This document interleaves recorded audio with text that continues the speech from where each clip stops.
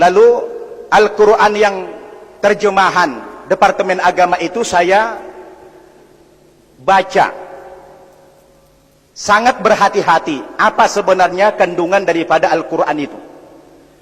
Bapak Ibu, ketika saya buka awal-awal Al-Quran dari sebelah kiri, tentunya surat Al-Baqarah itu, saya di awal surat Al-Baqarah saja sudah dikejutkan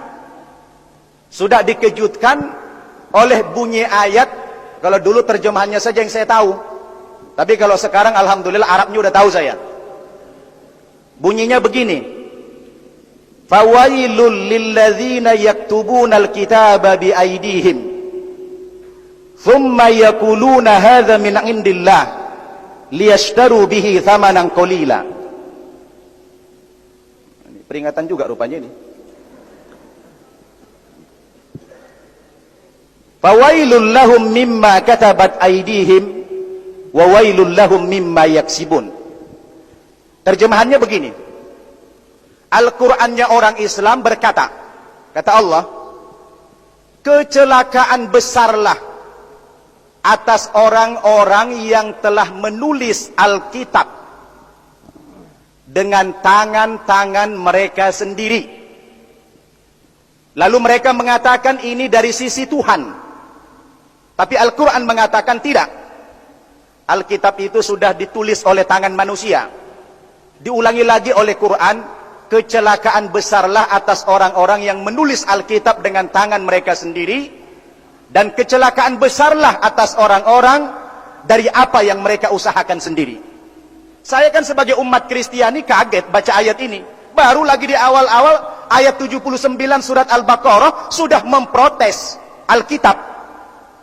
Bagaimana tidak kaget saya? Sementara dalil yang seperti itu tidak ada satu ayat pun saya jumpai dalam Al-Quran yang mengkritisi, dalam Alkitab yang mengkritisi Al-Quran tidak ada kita jumpai.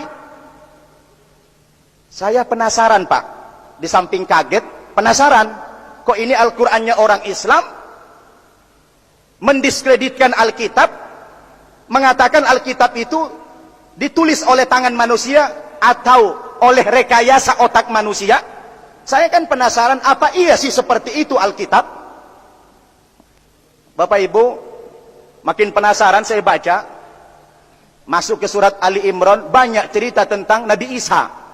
Masuk lagi ke surat An-Nisa, Al-Quran malah memberikan pembelaan kepada Nabi Isa.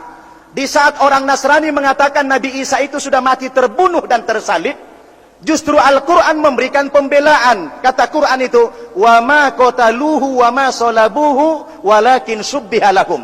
Nabi Isa itu kata Quran tidak mati terbunuh, tidak mati tersalib, tapi yang terbunuh dan tersalib ketika itu orang yang diserupakan wajahnya persis seperti Nabi Isa. Begitulah kalau orang Batak pidato. Waktunya sudah habis. Boleh minta diskon enggak ini kira-kira ini? Kalau teman saya sudah membatasi Anda, maka jadi, saya tambah sedikit lagi Pak, supaya tidak ngambang nanti. Ketika saya coba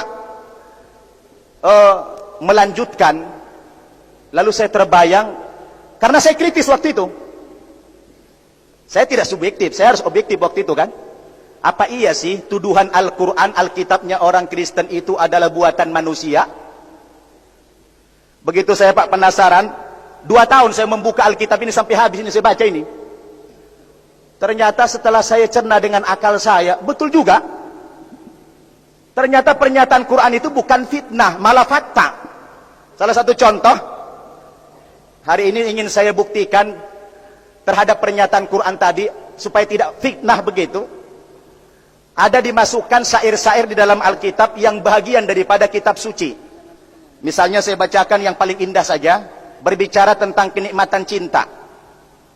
Betapa cantik, betapa jelita engkau, hai tercinta di antara segala yang disenangi. Sosok tubuhmu seumpama pohon korma, dan buah dadamu gugusannya. Kataku, aku ingin memanjat pohon korma itu, dan memegang gugusan-gugusannya. Kiranya buah dadamu seperti gugusan anggur, dan napas hidungmu seperti buah apel. Kata-katamu manis bagaikan anggur.